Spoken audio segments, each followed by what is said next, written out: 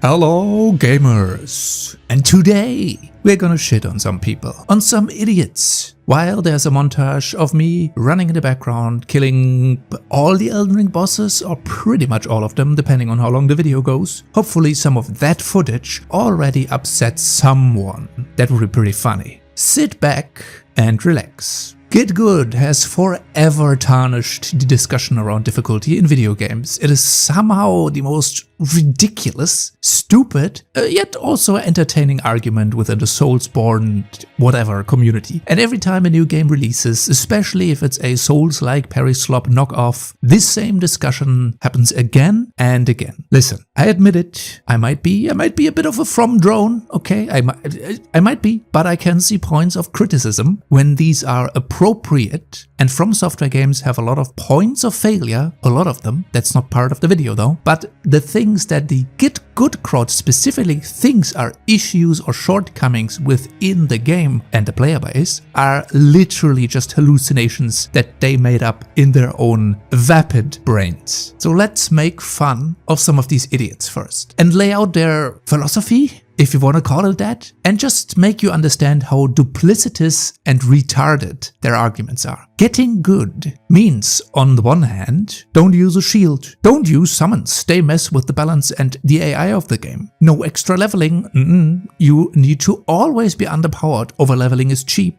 No magic, magic is easy, gay and cringe. Don't use weapon skills, they do way too much damage and they poise break too easily. Cheap cheese tactics, no. Don't use the heavy attack too, oh no, not the heavy attack, it stuns the bosses way too quickly. Oh god, never use the heavy attack. Oh, don't use buffs too, they make your damage way too high. Also, crafting in Elden Ring sucks, don't ever look at the crafting system. Do not use any defense tactic besides dodging and the R1 button. The dodge and the R1 are the only real ways to play. Got that? Good. Don't use skill parries either. Only use the normal parry. Also, the buckler parry is way too strong, and also parry spamming is cheap. That's why we call it parry slop. So don't use that either if you're actually a good player. Also, don't use any mounted dodge or evasion mechanics because, as we all know, mounted combat is buggy and garbage, and you should probably never even use the mount in that. Then never use jumping attacks. Oh god, the jumping attacks are so strong in this game. Oh my god, I get queasy every time I see people jump. Oh my god, the low skill players. Also, no jump dodging attacks. What do you think this is? Elden Ring? No dual wielding either. What the hell? 2 weapons? That's way stronger than my starting dagger. Come on, can't be doing that. Also, no ranged combat at all. You thought just magic was cheap? Nah. Bows, great bows, anything. Anything that's used to pull aggro. Like, what? You can't just pull one enemy at a time and smartly fight them. You have to fight a mob of 5 enemies at all points in time when you run into a room. That's the only correct way to do it. Also, no stealth. No stealth. Crouching is for losers. Are you some sort of role player? What the fuck? Why are you crouching, dude? Backstabbing is also for losers because it's cheap and it's stupid and gay. No stacking either. Don't stack any buffs. Don't stack any effects. Deep diving into any mechanics of this game is metagaming. We hate that word. That's cringe, dude. What? This is Dark Souls. We are all supposed to be underpowered shit and garbage. Bleed builds are cheesing as hell. What? Stagger builds? Get off. Fuck off, man. Crit damage? Nah. No. Don't build for crit damage either. What are you doing? All spells are overpowered. Armor is way too strong. What the hell? You're supposed to run around in like rags or naked, preferably. Never put on any damage resistance talismans. Nah. Especially don't match the damage types that the bosses do. That negates way too much damage. The game is not supposed to be played like that. Always run around with the most generic, unhelpful talismans that ideally make you take more damage because that's manly. Min-maxing is cringe too, by the way. Build crafting? Who the Stamina is way too generous. Oh god, it regenerates way too fast. Dodge spamming is way too effective. God, what have From Software done to this game? Making cohesive builds is cringe. Also, don't forget to not breathe. No breathing allowed. You can only be a true gamer if you can beat this boss without oxygen. Basically, you need to run into a wall and never play smart or strategically at all. At any point in time. That's the real way to play these games. Didn't you know? But on the other hand, The very same players then go on and spew bullshit like this. Elden Ring is too hard. Radahn is fucking bullshit, man. Oh my god, why does every boss have undodgeable 70 hit combos? Why am I doing no damage? What the hell? I refuse to learn any patterns. I should just know what the boss is doing on my first try. Why do I have so little health too? What is vigor even? I didn't have to level that in Dark Souls 3. Elden Ring weapons are all shitty. They're so bad. The DLC was unbalanced. I never bothered to find more than 3 Scadutree fragments. What are those? Enemy spam is so cheap. I just blindly run into every room and then I complain about spam bushes. Horse combat is impossible and it's so bad. I never actually sat down and tried it though, but you know, dragons are also unfair as hell. I never fought any of the dragons on horseback or used any skills that are good against dragons, but they do suck, I'm sure of it. I refuse to adapt to anything. I will run into a wall until it breaks, but I will also make sure to complain about it the entire time.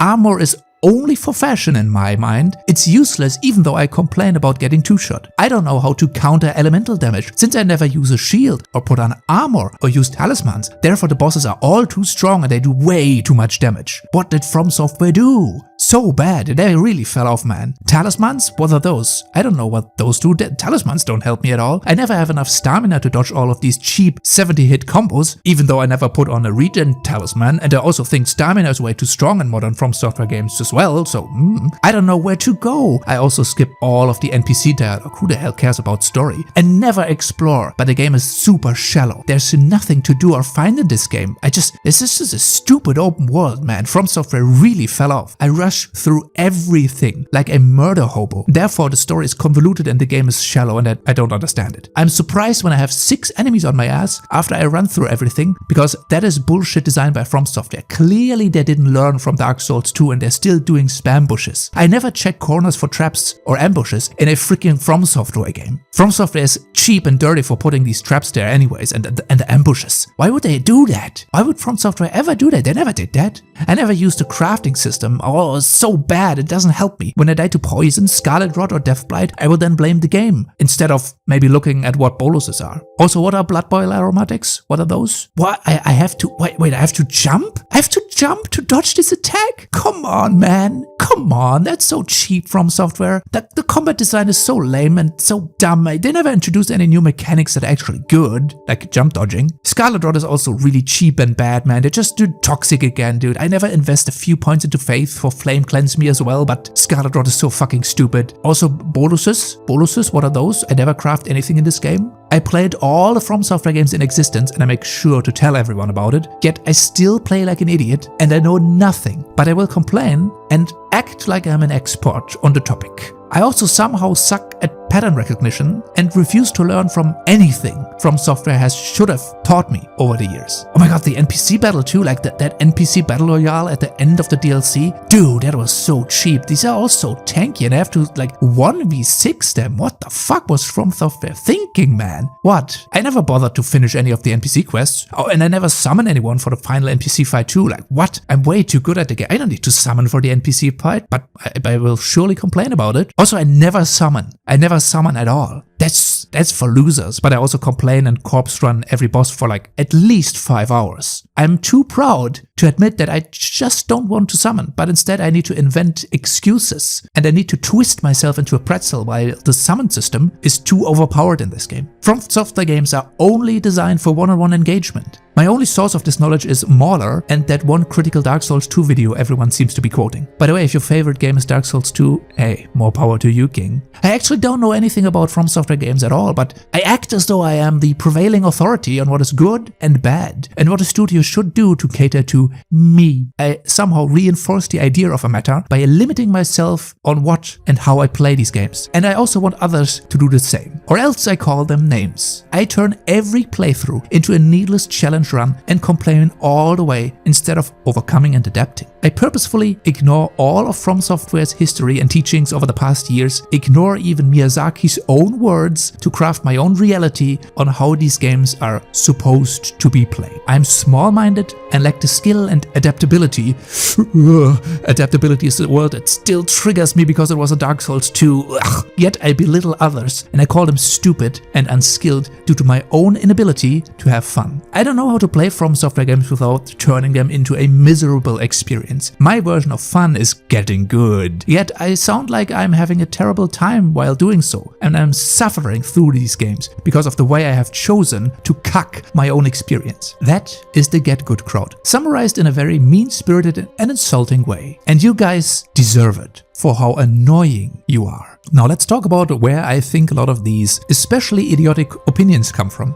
They were always present in the community, but I feel as though it has gotten especially stupid around the Elden Ring release. And that is and will forever likely be the high point of the Get Good debate. I don't think any other From Software game is going to top the mainstream appeal of Elden Ring. Just take one look at all of the Elden Ring fell off commentary videos, and then simply look at how these people play, how these people build their characters, and then listen to what they're saying. There is a correlation there. And I think I also know where this might be coming from. Now listen to me, this might just be my conspiracy brain, but I would bet my left kidney these people most likely come from Dark Souls 3. Either it was their entry into the franchise, their first FromSoft game, or it is their most played game before Elden Ring. Why do I say that? Well, because I had a similar opinion for the longest time, and my most played From Software game was Dark Souls 3 for the longest time, before Elden Ring. My first entry into the franchise though was vanilla Dark Souls 2, if you wanted to know for some reason. A game that I have come to appreciate more and more as time goes on. Both of these editions, both Dark Souls editions, kind of aged like fine wine. So why do I think Dark Souls 3 stands? Bring the most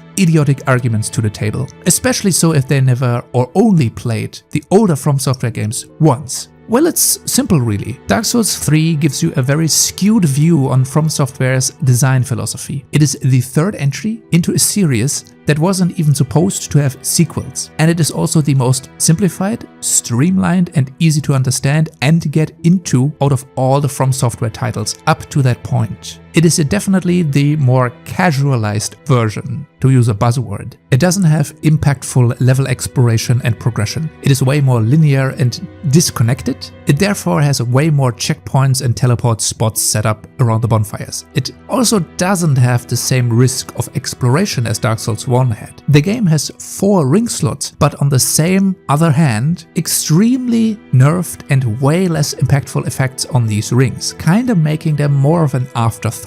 How many players just have the Chloranthy and the Fab Ring equipped at all times because these just give positive stats? The Fab Ring also doesn't even break, and the DLC just has +3 versions of all the major rings in the game. A lot of the status effects are less severe and dangerous. Bleeding, for example, even Frost, the newly introduced stat, is arguably way less useful. Toxin and poison as well. Weapon skills are extremely basic, and anything that is a projectile has a very short range. It's extremely balanced and honed into a specific niche. Caster builds are still viable, but not even close in terms of impact as in older games. You purposefully nerf yourself with weapons that have multiple damage sources and scaling due to how the defenses in this game work and how much elemental damage these weapons actually do get if you infuse them. And a lot of the cool dual stat weapons are therefore much less useful than a generic physical scaling weapon. That is also why so many of the quality builds are so good in this game. While charged heavies and staggers exist in this game, it is not really all that interesting as a mechanic and not all that useful. In short, Dark Souls 3's combat does reward just R1 spam the most and the dodge. It does so the most out of all the other games released at the time. Armor defense also feels way less important. Thus, this might be where the opinions of armor just being cosmetic came from. Poise is also very different in Dark Souls 3. Investing into poise is way less powerful, and trading with enemies is not really feasible or even useful. If you can just do more damage with consistent A1 spam, then that is just more effective. Shields and parries are still present and very effective. Nothing is stopping you from just having the grass shield equipped for extra stamina regen. The classic Dark Souls 3 beginner setups are usually the shield and the claymore, since this is essentially one of the most effective setups in the game. Just a one-handed weapon and a shield for certain attacks that you might not feel confident to dodge, or if you want a parry. But the dodge is so integral and baseline in Dark Souls 3, it really is your primary tool. Similar to Dark Souls 1, yes, but even more powerful due to the generous stamina system. This is possibly also where the stamina being meaningless debate came from. A lot of the bosses are eye candy, I admit. They are much more interesting and integral to the experience than older Dark Souls titles, and they're also more difficult, obviously. And I do theorize this is also why a lot of players value Dark Souls 3 so much. It is a streamlined, a much prettier, modernized version of Dark Souls 1 that gets rid of a lot of the features that gave Dark Souls 1 its grit and uniqueness, but might also have been received as cumbersome or clunky. Basically friction, the weapon durability, the exploration, the no warping from the beginning, just a few examples, and maybe the low number of bonfires. Bosses in Dark Souls 3 are extremely well telegraphed. Almost no weird experimental or gimmick fights. A lot of straight up duels, only a few exceptions like the Undead Congregation or Yorm the Giant, for example. Replaying Dark Souls 3, I also realized how insanely fine-tuned it is to just deliver on this one specific aspect of combat. It is very simple. In a way, it does a good job at getting this combat loop down though. It also has a very wrong feeling representation of FromSoft. A lot of their games don't work like Dark Souls 3. They are usually more rough around the edges. They are much more different mechanically. They are more rich and varied, but also there's a way more friction to them. I get the impression a lot of the disappointment that people had with Elden Ring is that it wasn't this extremely fine-tuned game like Dark Souls 3 that was just built around one specific aspect of combat, the flow of dodging and weaving attacks. Elden Ring is much more complex, and this brings a lot of initial friction as you have to learn a lot of new and thus unknown mechanics. The jump is just one of the best examples. How many people underestimate the jump in this game? Dark Souls 3 is also lacking in the heavy consequences like losing NPCs, the curse effect, the presence of important items that you could accidentally consume, such as the Firekeeper souls in Dark Souls 1, for example. NPC deaths also feel less impactful in Dark Souls 3. Even when Rosaria dies due to story reasons, for example, you don't lose her function, even for that short time that she's dead. Remember when Lord Trek literally disabled a bonfire because he killed the Firekeeper? Yes, Dark Souls 3 lacks this weirdness, this uniqueness that some of the older From Software titles had. This is why I think players mostly experiencing From Software through the lens of Dark Souls 3 have a very bad experience in Elden Ring, where once again there are weird mechanics, things don't really work the same, there's friction present, it might create confusion or risks, it doesn't feel as open to new players. That's interesting to say, but yeah, I do believe that even though Elden Ring is much more streamlined than older titles, but it also carries many new additions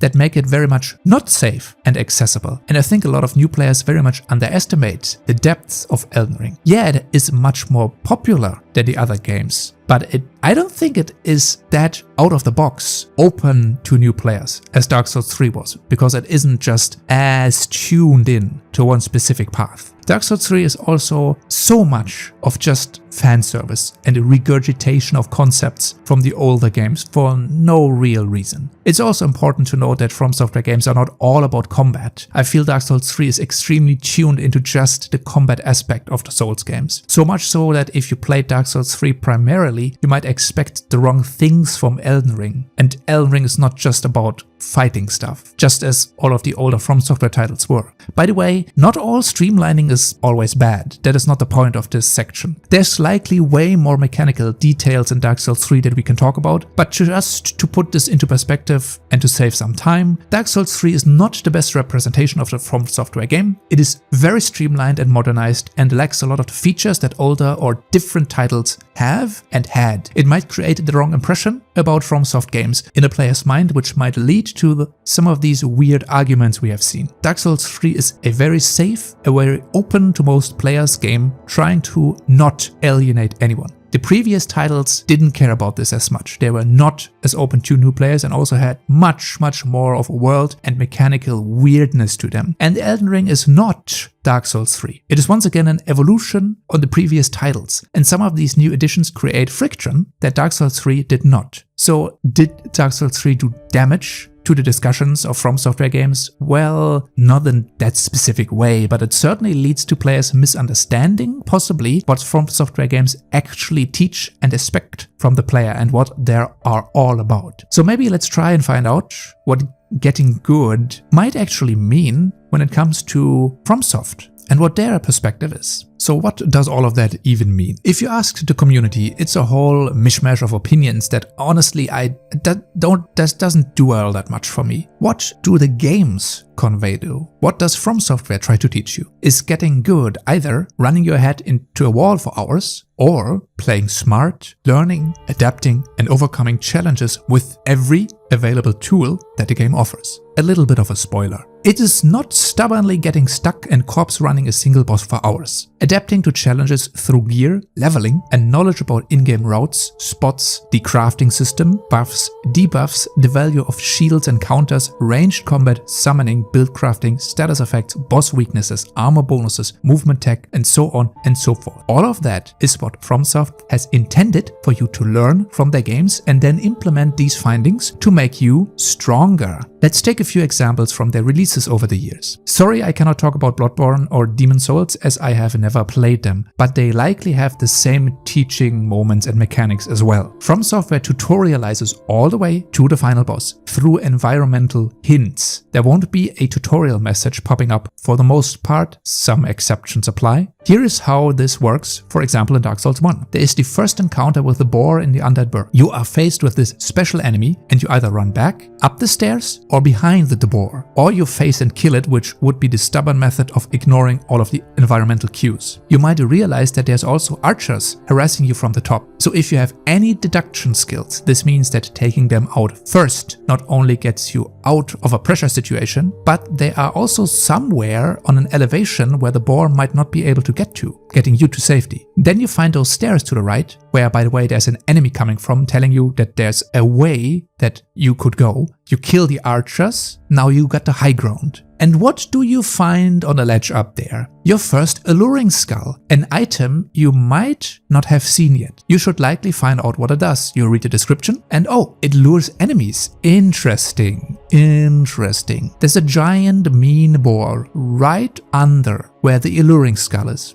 The game has positioned a lure item. And would you look at that? Right next to that spot and next to the boar is a pile of burning bodies, a fire. It's also the only fire present in the entire room. You put 2 and 2 together, you throw the alluring skull into the fire, and you kill the boar without needing to touch it. You cannot tell me that all of these elements were put together in this one encounter in this specific way for no reason. That is how From Software tries to tell you how to deal with threats in this game and how they tutorialize, and they do it everywhere. And the Get Good crowd would likely scream at this scenario and say that this is a cheap and cowardly way to deal with enemies. You are supposed to face the boar and beat it to death, which you can do, but From Software has offered you the smart solution right there if you can read your environment. And this is absolutely one intended way to kill the boar. And it teaches you to use the alluring skulls to your advantage, to get enemies that can be lured into dangerous situations, kill them with environmental hazards. The game does not fully capitalize on all of these mechanical little environmental tutorials, but this is just one example of From Software clearly communicating that running headlong into danger is maybe not the smartest choice. I mean, if all the traps in this game didn't teach you that already. That is also why the first trap in the tutorial does not outright kill you. It's your first and only warning to be wary of ambushes in the game. Dark Souls 1 is full of these moments already, where the environment teaches you about certain approaches to combat, by the way enemies are positioned, or where and how certain items are found. And that is just Dark Souls 1.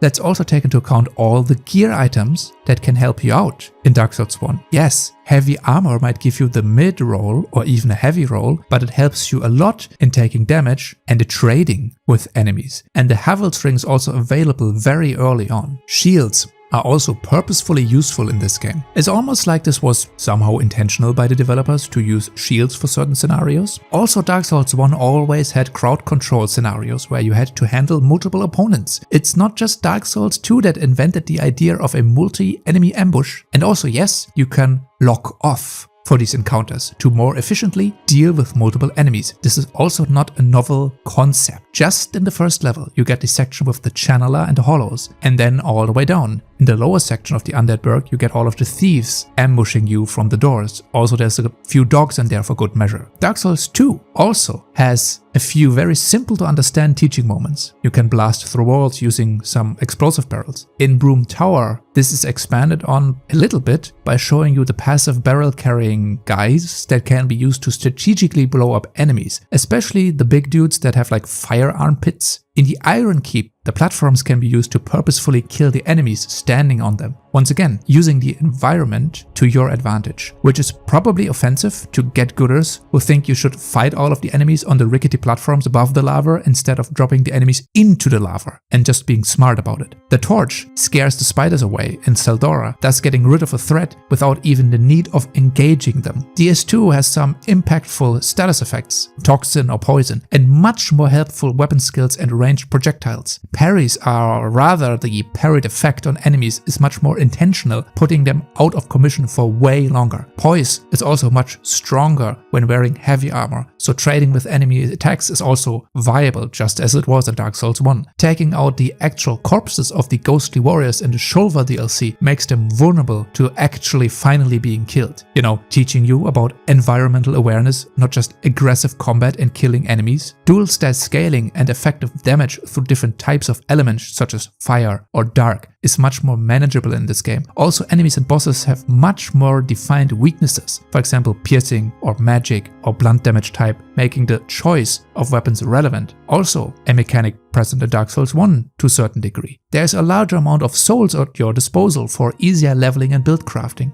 It is also more easy to upgrade items, it is more accessible, and the Titanite slabs are more numerous in the game. Upgrading your weapons is also possible much earlier to a maximum level, encouraging more experimentation with weapons and builds, and also gives you more power earlier in the game. Also something that the good crowd does not like, but these people hate Dark Souls 2 anyway, so all of these arguments are lost on these people. Also a little shout out to the guys hating on Dark Souls 2. If they have a video about it, you know, those crying complaint videos, check the footage. If they wear the Seldora set from that merchant in Majula, their opinion is likely going to be very retarded. Also, ADP is a non-issue in this game. Stop crying about it. Now what about Dark Souls 3? I made the argument that it is a bit of a stripped down, more streamlined version that might give players the wrong impression, but it's still a From Software game, so it has the same noticeable guiding mechanics on how to overcome challenges in a smart way instead of the die hard way. The first Crystal Lizard in the starting zone is a teaching moment for a challenge that you maybe shouldn't tackle immediately and maybe you should come later, and you should maybe not immediately run your face into it. The last move of the Abyss Watchers always creates some sort of dust cloud on the ground, signaling that the combo is over and it is safe to engage. There's usually specific items placed next to or somewhere fitting to certain areas, such as poison resistant armor or shields before the swamp, or dark resistant armor and a shield before the Cathedral of the Deep, and so on and so forth. The enemies around the water in the Church of the Deep are ridiculously weak to fire, getting stunned every time you hit them with a torch. The torch also burns away the leeches on your body. The game does not require any overcommitment to vigor. Now that could both be a good and a bad thing, as we were able to see from players with that low 30 stats and vigor in Elden Ring getting one-shot by everything, but yes, it's about where most players in Dark Souls 3 had their vigor stat. It's about 30. It's rare that I have more than 30 vigor when playing Dark Souls 3, so that's where that comes from. You can lure a bunch of skeletons onto a bridge and that get them all killed without engaging them. And if you climb down that rope bridge and engage the demon down there,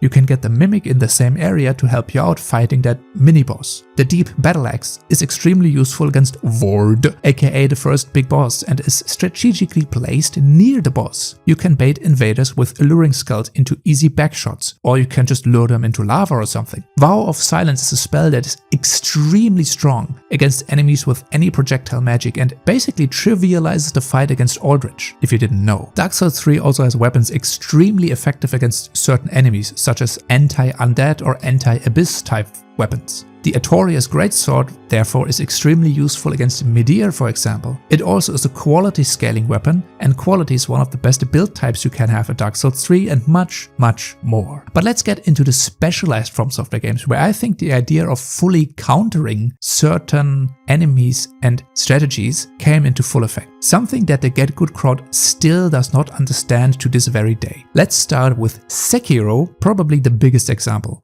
This is the first game that has actual tutorial hints on the screen, due to the mechanics being so different, and a lot of players dismiss and underestimate the tools that a game gives you. I hear a lot of times that you just kind of have a katana and parry, and that's a bit boring, and that is actually one of the complaints that is leveled at the game. And then you look at all the combat arts and the tools in the game and you realize that these people don't engage with how the game was meant to be played. The shuriken knocks airborne enemies out of the air. It can be used to lure enemies out of a formation and pull them one by one instead of fighting multiple enemies. Any fire-based tool like the crackers and the flame vent are effective against enemies that are afraid, such as red-eyed or beasts. And the flame vent lets you buff your weapons later on. The different loaded axes are extremely good tools, useful for comboing enemies. In certain cases you can backstab a boss and then spin to win them to death for an instant kill. The spear has multiple uses. The sweeping version is very useful against many trash enemies if you have multiple of them. The normal spear is good against like a mobile poking strategy if you want to stay ranged. And the corkscrew spear is good at specifically the monkey boss, as once he is headless and you stun him after his big overhead slam, you can spear the neck hole and rip the centipede out of him for some big extra health chunk and stance damage. The umbrella is a full counter against projectiles or enemies that attack extremely fast. Spinning the umbrella, for example, can get you a very easy boss against that late game mini boss that wields Ishin's sword. You know, the red-eyed guy. Just spin the shield in his face, he will attack the shield and stun himself. The blue shield is trivializing any ghost type enemy encounter, and the lazerlight shield is extremely useful against the demon of hatred sweeping fire attacks, as you can just block them. Also, it looks really fucking cool if you do it this way. Mortal draws always an extra bit of damage in a fight, even without spirit shards. High Monk counters any sweeping attack and is also really fucking good against the kicking guys from the inner ministry. All forms of Ichimonji are really good at gaining stance, but also damaging the stance of enemies, but everyone knows that. The poison sword is useful against all fountainhead type enemies that are weak to its poison, and it's also a quick and easy bit of extra pressure in a fight. All of these tools and skills enable you to straight up counter certain enemies, sometimes completely trivializing their encounters, and that is by design. It's one of the most intriguing aspects of Sekiro. It's not just a very well-designed rhythm game, purposefully honed in on that one aspect of its combat, but it also allows you to directly counter enemies with your skill set and tools and abilities. That aspect is often overlooked, and surely From Software intended you to use these tools in that way, which would make a lot of fights in Sekiro much easier, and that would in turn probably piss off the Get Good crowd who likely have no clue about all of these mechanical functions. Sekiro's jump, by the way, is the same as in Elden Ring. Players confused or angry at the fact that some attacks should rather be jumped than dodged have for some reason not taken the right cues from Sekiro. That game had perilous attacks. That was just a warning sign, and then you had to recognize what attack was coming. A sweep, a grab, or a stab. Depending on that, you had to Mikiri counter, to jump, or to dodge.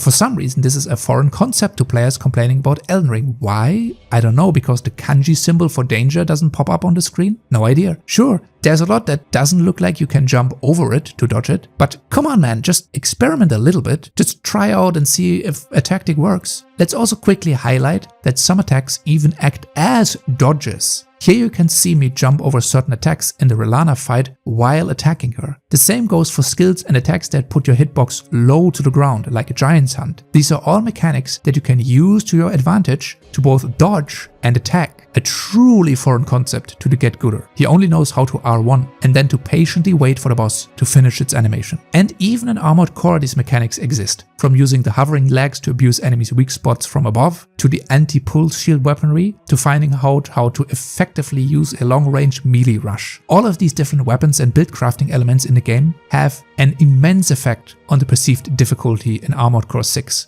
Or you could just ignore all of that and then call Balteos overpowered and unbalanced and cheap, instead of learning how to actually counter the pulse defenses, or learning how enemies are weak to explosive damage, and so on and so forth, you know? And now, Elden Ring. If you think Elden Ring is just an extension of Dark Souls 3, you are the problem. And you fundamentally misunderstood the depths of mechanics and combat, and also how different the game is to Dark Souls 3. Elden Ring is not a regression in any form, it is an evolution. First off, Elden Ring has an actual tutorial this time around. Not that the other From Software games didn't have a tutorial, but it has actual tutorial messages on the screen. Then we have jump attacks. They got refined, giving you an offensive and defensive extra type of movement. Previous games had these jumping running attacks, but this time you have an extra dedicated jump that can utilize offensive and defensive mechanics. Jump dodges are a thing now, and they are much more useful than you think. Their availability also means that FromSoft challenges you to maybe let go of that dodge button and try to jump some of these attacks. A fact that got slightly reinforced by the DLC, but not enough in my opinion. I would have welcomed the idea of perilous attacks making a comeback and putting more emphasis on the jump evasion. You won't believe the shit you can dodge by just simply jumping. You can dodge grabs, swipes, and even stab attacks. Block counters are a new addition to the game, and you even get better skill parries with shields. Shields can even be used offensively now due to them causing bleeding and having generally good skills available to them. Great shields are extremely helpful in mitigating damage. The buffs and debuffs added in the game, both aura buffs and body buffs, are actually meaningful. There's actually really good weapon buffs, and there are some ways to even significantly debuff enemies so they take more damage. The crafting system is one of the most useful additions to Elden Ring. Yes, it's hard to believe. Stamina buffs, elemental resistances, damage buff, blood boil aromatics, the bubbles, physical resistance, and so much more. Just think about the boiled crabs and how useful they are. Animation dodging or ducking through certain weapon skills and attacks, giving you the opportunity to counter an enemy without them being able to hit you. Trading blows being viable again if you have enough poise. Some heavy hitting skills getting hyper armor again. Extremely meaningful magic systems in the game. Leveling through exploration and rewards for exploring in the forms of weapons and gear, armor bonuses on certain sets. Some very definitive boss weaknesses you can exploit. Enemy weaknesses exist too, such as skeletons and death type enemies being extremely weak to holy, or tree-like enemies melting with fire damage. There are very meaningful, strong status effects in the game. The addition of PvE offline spirit summons to decrease difficulty if needed. Also, let's be honest here, some of these spirit summons in this game are pretty funny to pull out sometimes. They have just actual character, as some of them do. The physics flask, giving you additional buffs for combat for a certain duration. Also the deflecting heart tier, let's also not forget about that. That's a mechanic that I wish From Software would fully commit to. Come on, From Software. Next game just has to have an actual Sekiro deflect as a usable mechanic on certain weapons. Come on, From Software, come on, just do it. Do it! Sprint evasions are possible for long overhead attacks. This requires being locked off, but yes, you don't need to actually deal with anticipating those slow overhead swings. You just lock off and then run around the enemy, aka sidestepping. This, by the way, happens on accident sometimes. You might have sidestepped these attacks totally naturally without realizing you did it. Then you have using crystal darts to make certain statue type enemies fight each other. Then you can easily also kill the death-right birds using holy pots because they do a shit ton of damage to them. Then there's sleep being in the game as a mechanic against certain enemies. There's a barricade shield as a skill. Use it maybe sometime. There are body buffs that are super impactful to guard against enemy status effects. Some of these buffs and the talismans are so impactful they are more important than having certain armor equipped. Endurance is very important for carry weight, making it so you can put on more armor. Vigor is more important nowadays, but overcommitting also might mean that you might not even heal to full health with 2 flasks. So there's always a percentage of wasted HP that is missing in a boss fight. You know, actually strategically caring about how you upgrade your stats. Arcane being a better reincarnation of luck in Elden Ring. It's an actual useful stat now. Stealth being in the game, from Assassin's Gambit to other tools making exploration and even certain boss fights much more manageable. Bleed procs can stun enemies out of attacks that they usually could not be staggered out of. Bleed is an extremely powerful tool in general, and many more totally unique additions to combat, exploration, and the overall playing experience. And all of these new mechanics can be used in addition to a very robust leveling and core system and a shit ton of usable and strong weapons and weapon skills. In short, this game has an insane depth and wants you to commit to it and use it, actively limiting yourself while also being ignorant of all of these mechanics and also complaining about the game being somehow shallow and a downgrade to its predecessor. That's an actual crime. Really tells you how brain dead some of these people are. And from all the footage I have shared so far, you can just do what I did, which is use some of these features partially. You don't have to fully commit to a meta build. Nobody is forcing you to do that either. I don't think that I have ever overcommitted into any build. I just use use a few crafting items, or active buffs, or spells, or good talismans. You can just majorly improve your effectiveness in combat by just putting on certain effective items. You don't have to make a meta build. You don't have to put on a full set of gear. You can just use a few items while still being challenged in the game. And the goal is not always primarily to just one-shot every boss cheaply either. Like me personally, I still struggle with certain bosses. I get close to death. I struggle like any other player. But my effective power floor is much higher than some of those weirdos in the community running around half naked with a short sword and without any useful talismans equipped, claiming this game is just Dark Souls 4. However, I will also say there's nothing wrong with one-shotting every enemy boss using magic or spells. There's nothing wrong with a safe shield poking strategy. That strategy was never wrong. Not in Dark Souls 1, not in any other game in the future. There's nothing wrong with farming. Especially if you want extra items for fashion, like a full set of armor, and you have extra souls due to farming for a weapon or gear. There's nothing wrong with dumping these extra souls into extra levels. Don't feel pressured into throwing away souls and buying a bunch of materials or dying on purpose just so that you are not over leveled. Like, who gives a shit about that? Later on, when you're stuck at a boss, you might even think that, maybe you should have put a little bit more strength and vigor in instead of buying 100 crafting stones because you didn't want to be over leveled. Different playstyles are not cowardice or cheap or cheesy. All of these are viable strategies to overcome the game's challenges in the developer-intended way. Getting stuck on an entry-level strategy such as shield and sword is not an issue if you still have fun with the games. It is also not a design shortcoming engendering passivity and making people cowardly or teaching you the wrong thing. It is a viable strategy. If you don't want to move past that, that is fine. And if you can beat the game like that, that is also fine. If you want a challenge, you can choose to not engage with these mechanics or purposefully nerf yourself. If you can hack it, then that is fine. If your pride does not allow it, also fine. But then don't complain about having a much harder time than other, smarter players. That is the freedom of a game like that. You can play in the most simple, safe, uninvolved, uninteresting playstyle ever. Or you choose to do it the complicated, difficult, high-skill, brutal, challenging way. Both can be fun and rewarding for different people. I don't think we need to force and push players out of their comfort zones through annoying and preachy game design, as some developers have tried in certain titles, not naming any names here. It just comes across as off-putting. If you force everyone to play the game exactly to the point how you want it to be played in this specific one way and any other methods get patched out immediately, that is annoying. That is annoying as hell. And that is also an area where From Software have always been very hands-off with their approach, and I think that is a good thing. This is always how From Software intended you to play these games. There are many varied ways to overcome and adapt to challenges in these games. It was always present. There is not a single From Software game that just is built around proudly facing every enemy in an honor duel. In fact, From Software encourages you to play dirty, to use every advantage. I mean, why should you play fair? None of the enemies offer you the courtesy of playing fair. Every boss has a second phase or a power-up. No invader is going to just let you fairly duel them. Well, unless they expect some sort of fair duel, and then they get pissed off when the invaded player uses the Estus flask. Man, these people are weird. You invade some guy and then expect them to not heal during a fight, because that is somehow a restriction you want to impose on the invasions. That's not a joke, by the way. Like the old Dark Souls 2 invasions had this weird no healing agreement going on between people that nobody actually agreed on besides the weirdos. It's not a fair game world. You are to adapt and overcome by any means, not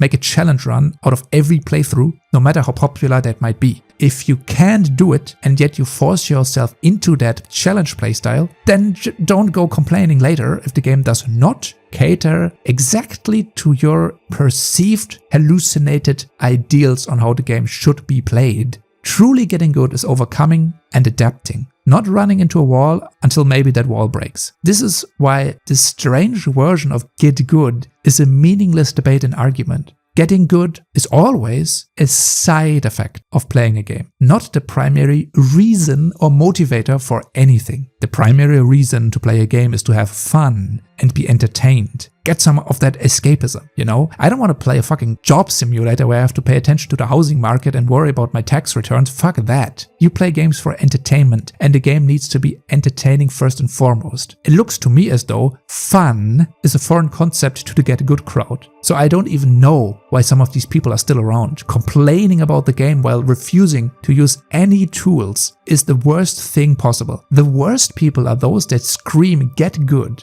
then run underleveled into a boss fight with a basic kitchen knife, get stuck for hours, and then complain that the game is unbalanced. But that understanding, that very understanding of how From Software games actually want you to play, depends on how well you know what these games are asking of you. And I think some of these people within the community are particularly resistant to learning. And not just that, they are envious, idiotic, and hateful people that cannot let others have a moment of success. Now let's slowly bring this to an end. The types of players I'm talking about here have something else to them that makes their presence in the community especially detestable. They don't know what they actually want, and they hate the success of others. They face market, get destroyed, seemingly don't learn a single lesson from the market fight, then they go into the DLC, they run into Bellurat, only to get beaten up by the dancing lion all over again, and they still don't learn anything. These people are just too stupid to get it. They would rather be blaming the game for their own mental shortcomings. They want exploration to be meaningful and don't want the DLC to feel too easy. You know, since theoretically you could go into the DLC with an overleveled character, which by the way shouldn't even be an issue. So From Software adds a system that gives these people a challenge and makes exploration meaningful, and they still complain. Granted, the system is not perfect, but the Get Good crowd was screaming about the DLC and the overleveled characters, so From Software gave them what they wanted,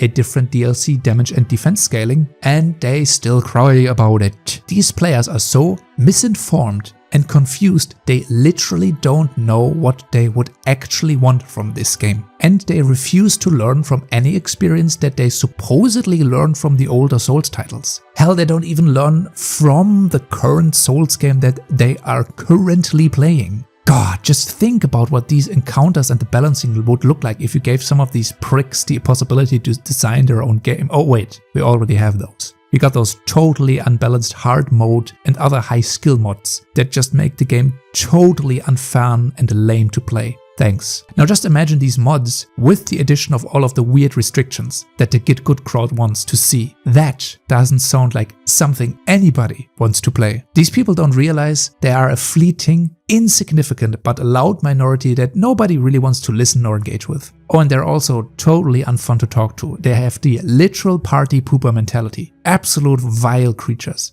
And they are envious of others' success or luck to boot. Let's talk about that. Just look at the salt in the comment section and the chats of a streamer or a YouTuber who beats a boss first try because they have properly leveled up, or they have a good build, or even worse, they just got lucky, or maybe they have a unorthodox playstyle. Let's give you two examples that I can remember off the top of my head. The first one is Lowbro beating Champion Gandir on his very first try.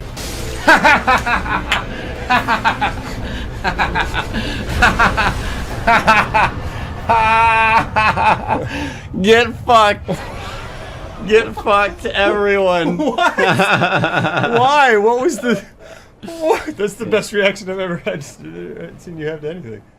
What do you think the comment section looked like? And what do you think was said in all of the stream chats leading up to that moment? Why do you think Lobo reacted in that specific way? If you said that people were coping and there were envy, you are right on. If you said that people were debating on how long Lobo would be stuck on the boss and they were already giddy to see him struggle, and then they had to invent reasons why he was able to beat him first try, you would be right on the money. These people are insane, man. I swear, only in the From Software community, only there can you have a good, honest performance, a nice fight, a first try win, and the people won't give it to you. God, how pathetic. And you already know all of these people being envious as hell is because for sure they got stuck on Fundir?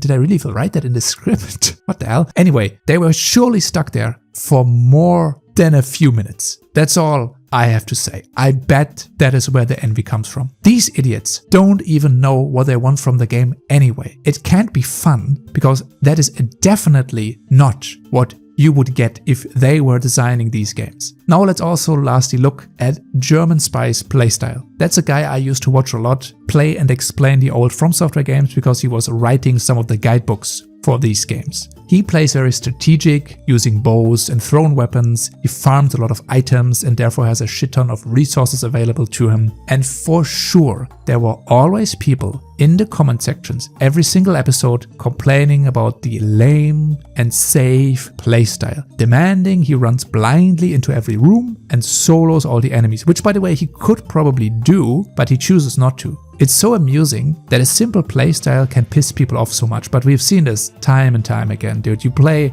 fucking, what's that game called, man? You play Ultra Kill the wrong way, you get shit on in the comments.